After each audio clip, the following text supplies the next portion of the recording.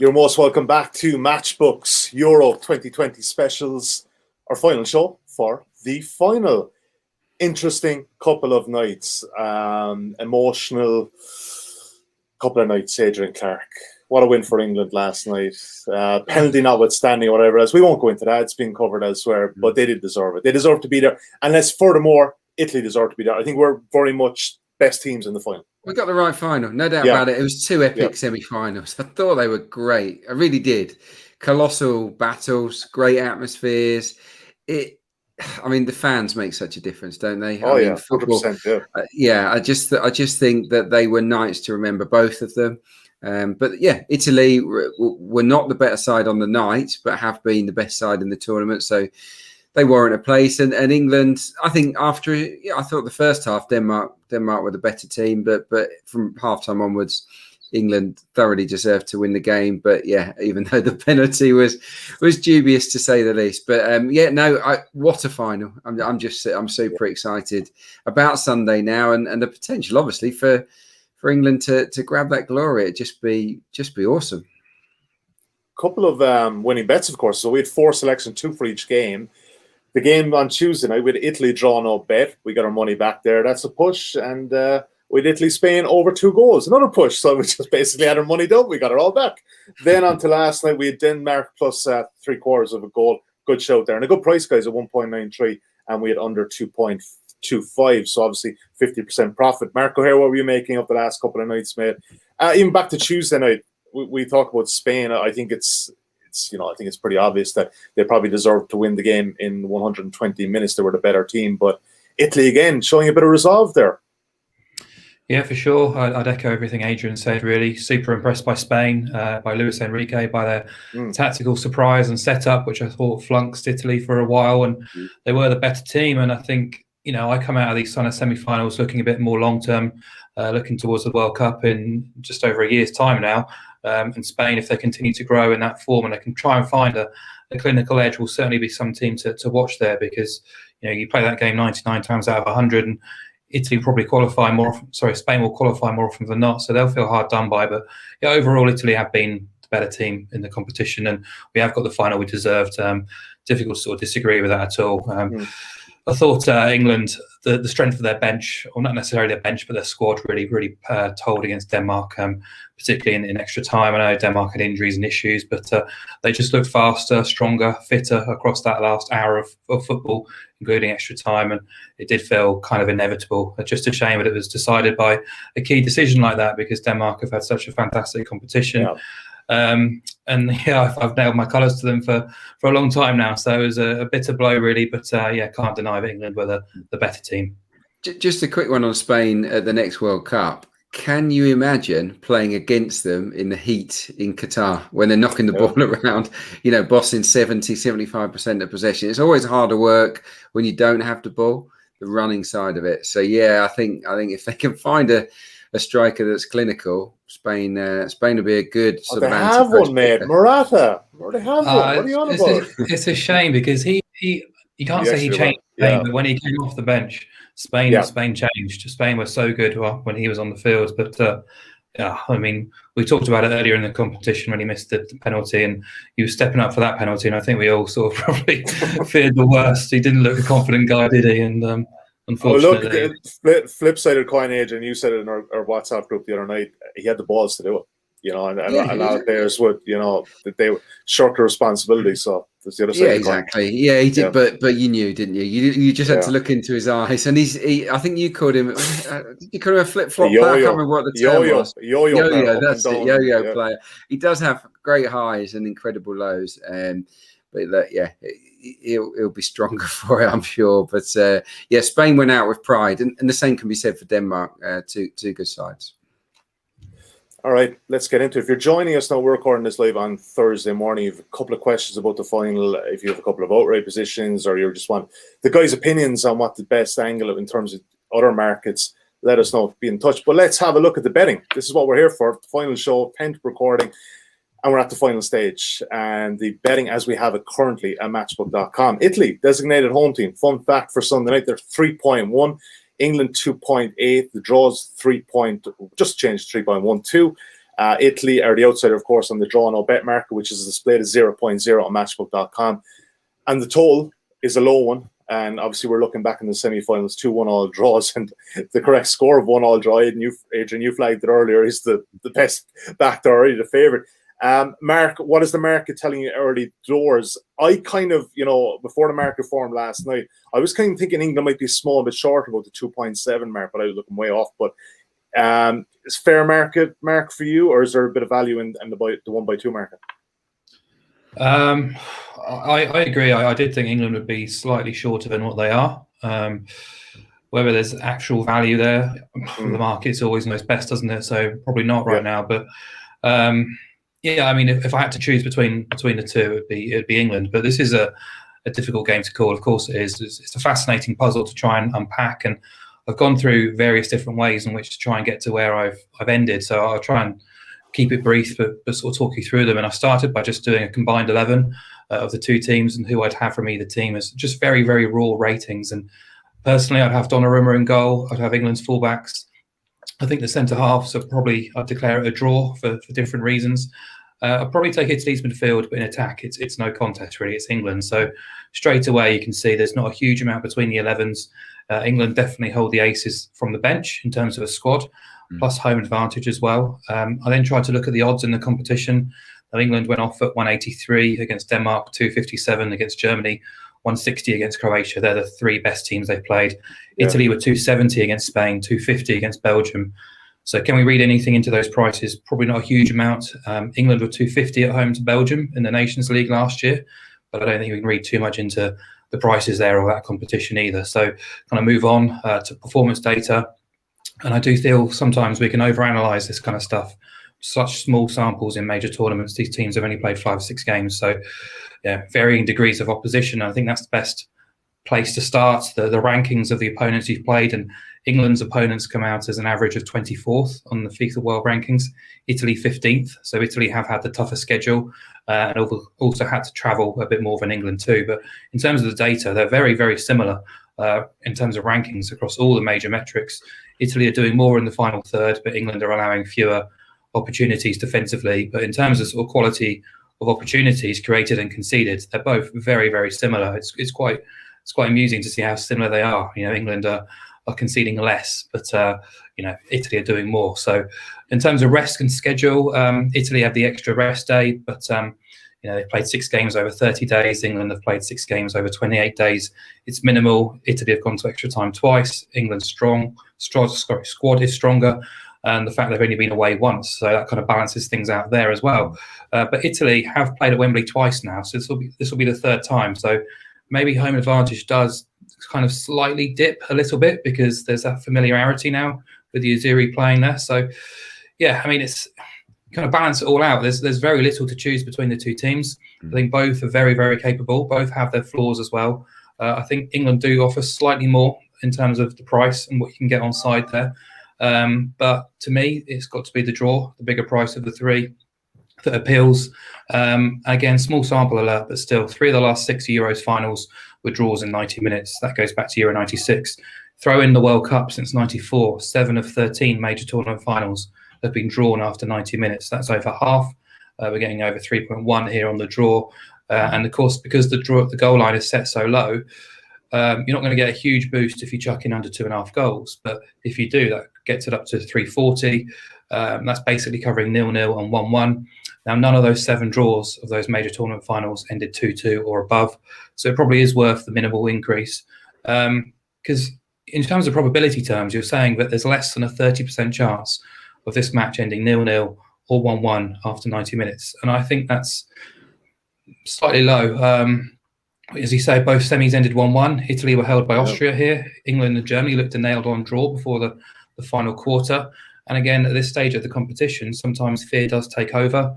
And these games are rarely thrillers. The tournament has been fantastic so far, but it wouldn't be a huge surprise if this game was a real stinker on Sunday. So, and again, I guess on a similar thread, 8 of those 13 major tournament finals saw half-time draws as well, so kind of cagey openings. But in terms of the goal line, I would have wanted under 2.25 goals, but I don't think it's going to get to 170 or above, so that's a pass. So yeah, a draw for me. Adrian Mark covered it there in terms of the data and the metrics coming into this and the stats, obviously, albeit a small sample size in the final. But where's this game going to be won and lost for you? Because we look at the different units on the field. And the one I'm looking at is the midfield, that three, the Verratti, Jorginho and Barella against Calvin Phillips, Declan Rice and Mason Mount. That's going to be fascinating. I nearly give Italy the edge there, but within other units, even the English full backs up there, England probably have it over them in certain areas. Yeah, there's loads of different interesting battlegrounds in the game. Yeah. No question about that. I would choose Italy's midfield over England's. It's not being, disrespectful or critical of the midfield. They've been terrific. Rice, Phillips and Mount is a good unit. But I think Italy have the slight edge. But what Spain did was use that false 9, Dani Olmo, to drop into the pocket to make it a 4v3. Yeah. And they did it brilliantly. Really, really clever. And it forced Italy to effectively abandon pressing and to sit back and to go into that low block and to say, right, come on then, come and beat us and we'll play counter-attack. Now, Harry Kane is not a false 9, but effectively he is.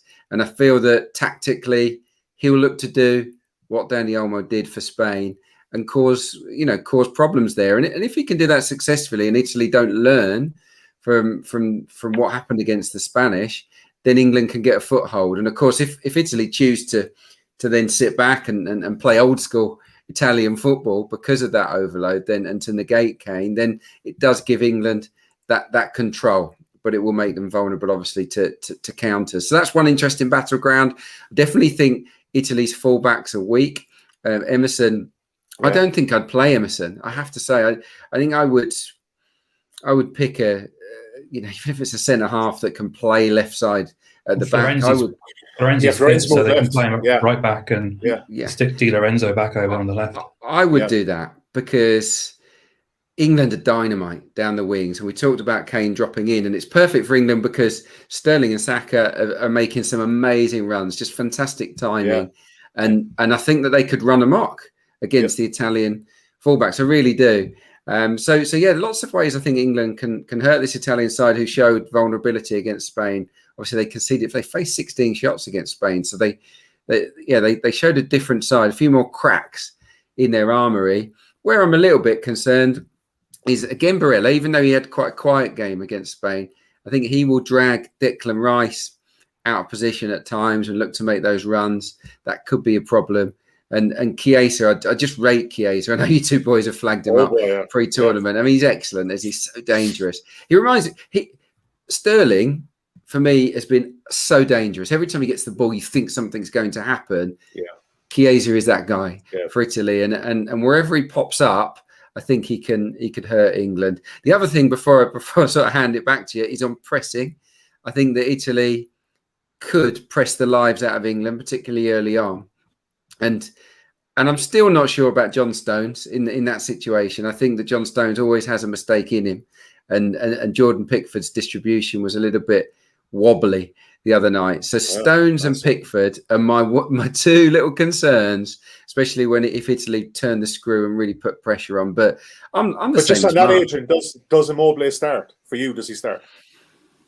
Has Belotti done enough to start ahead of him? No. I think the only way Immobile doesn't start is if they go with Chiesa up front, which is something we haven't really seen, have we, in the tournament so far? So I think Immobile does start. I think it'll be Insigne and Chiesa, but with Berardi as a good option off the bench. So I'm the same as Mark. I think that draw is the most logical pick here of the three, because it's so hard to split them.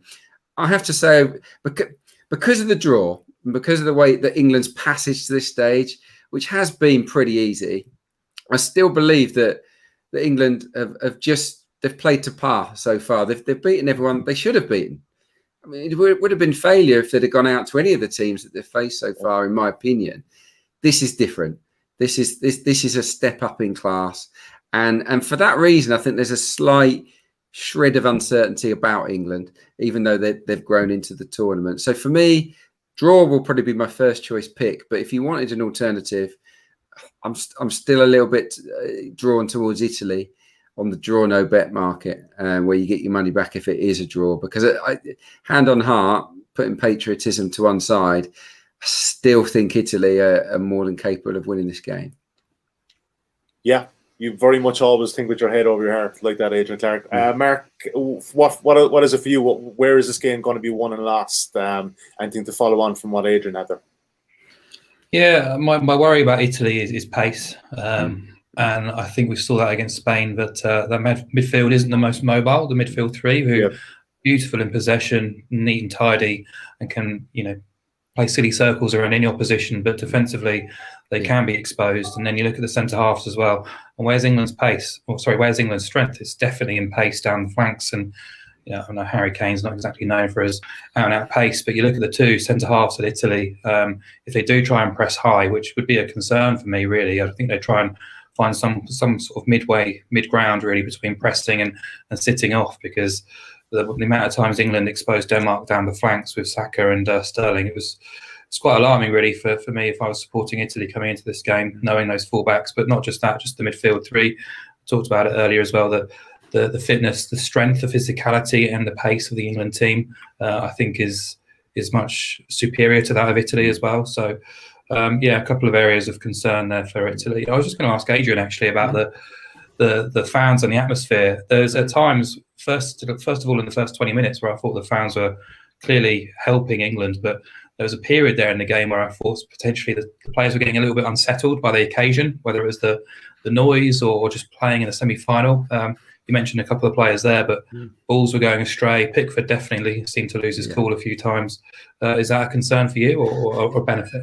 I think the benefits outweigh the concerns. Just the outpouring of sort of support will lift the players, and I think that the fans are so overwhelmingly behind England. They love them as a group of players, as a group of people. I think they have captured the hearts of the nation, and I think even if England are playing badly and having a rotten spell, I don't see them getting on the backs of the players in the final. I think there'll be an overwhelming sort of support to drive them on, to lift them. So no, I think it's an advantage for England to have to have the home fans here.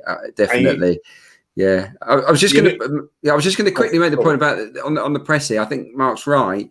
I think what we'll see with Italy is the fullbacks staying back. That's why I don't think it's worth picking Emerson. I think put a back four in place. Jorginho obviously is not going to move a great deal, but that front five, I think they'd be daft not to press at certain times, because I do think England are gettable in that department, and it's probably the best way to nick the ball and open up a team that has had great shape all tournament. So I don't see them abandoning that, but Mancini would have looked at England, and he'll look at Sterling in particular, and he will, I think, form a game plan that tries to negate him and Kane. Kane and Sterling need stopping. And I think that Mancini will be working on something to make that happen. That back four did look more solid the last night when they did make those changes. When Emerson did come off and they made those changes, it did look more solid. But like you said, like Spinazzola was such a massive loss for them. I know we don't want to labour the point, but in terms of attacking and defensively, you don't want to go overboard on a left back. But he's Kyle Walker as well. I mean, he's got absolute out and out pace as well. You saw last night how key Walker's kind of recovery pace is for that England defence. Can be absolutely key without him as well. Italy lose a lot. Yeah, I agree on it. I'm almost being turned by Mark here with the Italy draw no bet. Could I flip that round to England no bet? But my issue here is, and I know that England pulled back the 1-0 deficit against the Danes. Italy are a different beast, aren't they? And I know they relinquished the lead against Spain, but they've proven that they're granite, aren't they? When they get the bit between their teeth, they know how to defend. And it's if they score first, it's going to be very, very hard for England, especially if they deny space out wide. It is a fascinating final.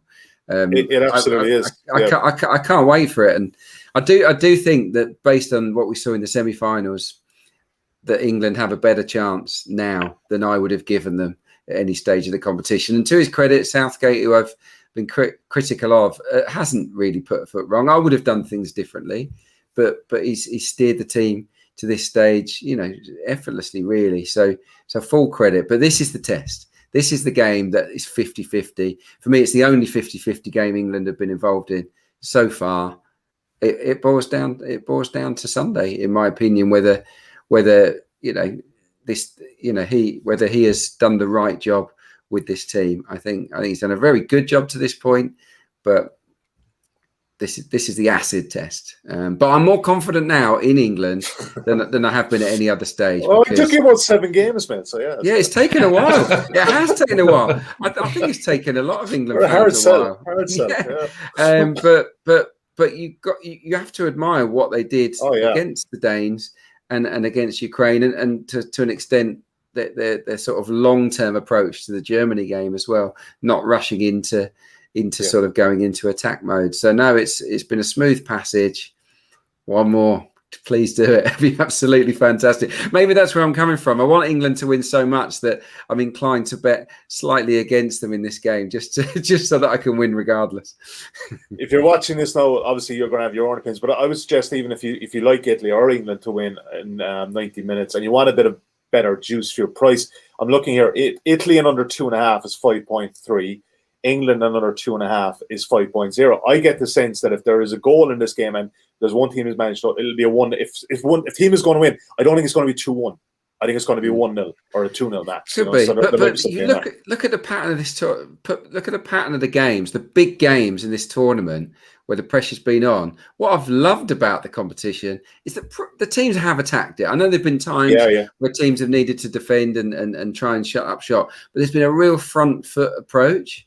And I think I'd like to think that Italy and England will go at it and lock horns. So the other one, I mean, at the moment, both teams to score is fancied heavily in the no category, backing up what you're saying in terms of a 1-0. We saw 2-1 allers in the semi-final. You know, a lot of the other big games have had both teams to score. Belgium against Italy, of course. So yeah, both teams to score is the right side of evens, and I think it's headed in. You know, it's drifted. Last time I looked, I think it was 2.13 on both teams to score. It might be worth a little nibble there if you feel this to be sort of attack-minded affair. Because I think there are cracks certainly in the Italian fullbacks, and England for me. Denmark showed that there are one or two little flaws there. Yeah, draw is the main bet. I know there's different angles there, but let's make an official play here. 3.12 currently available at Matchbook. Vast majority of even the tightest margin sportsbooks 3.0. I would suggest that could go off a bit shorter. It's not unprecedented in these finals for the draw to go off about 2.8 or 2.9 and the other and more or less a pick on the other side. Really? I think that's it, guys. I think we're done. I think we are done. €10 European Championship podcast in the books. Lads, it's been an absolute pleasure. Well done. Terrific tournament, guys. So yeah, really, really enjoyed. Thank you to Mark. Thank you for Adrian. We're going to be off for a month, guys. We're going to be off. And I think we're going back August 12th, August 13th. So enjoy the time away. Recharge the batteries, Adrian. Mark, it's time to turn off the phones. It's time to relax. For a month-long lie down, There you go. Exactly, exactly. Thank you for watching throughout the tournament. Thank you for listening. If you're on the podcast, very much appreciated. We do appreciate the contacts on social media. Like I said, these guys are going to be back in August for the Premier League. It'll be just around the corner. Before we finish this, we're going to be right back into it. So check us out the second week of August throughout the season. 11 months in the books, gentlemen. Terrific work. Until August, second week of August. Bye for now.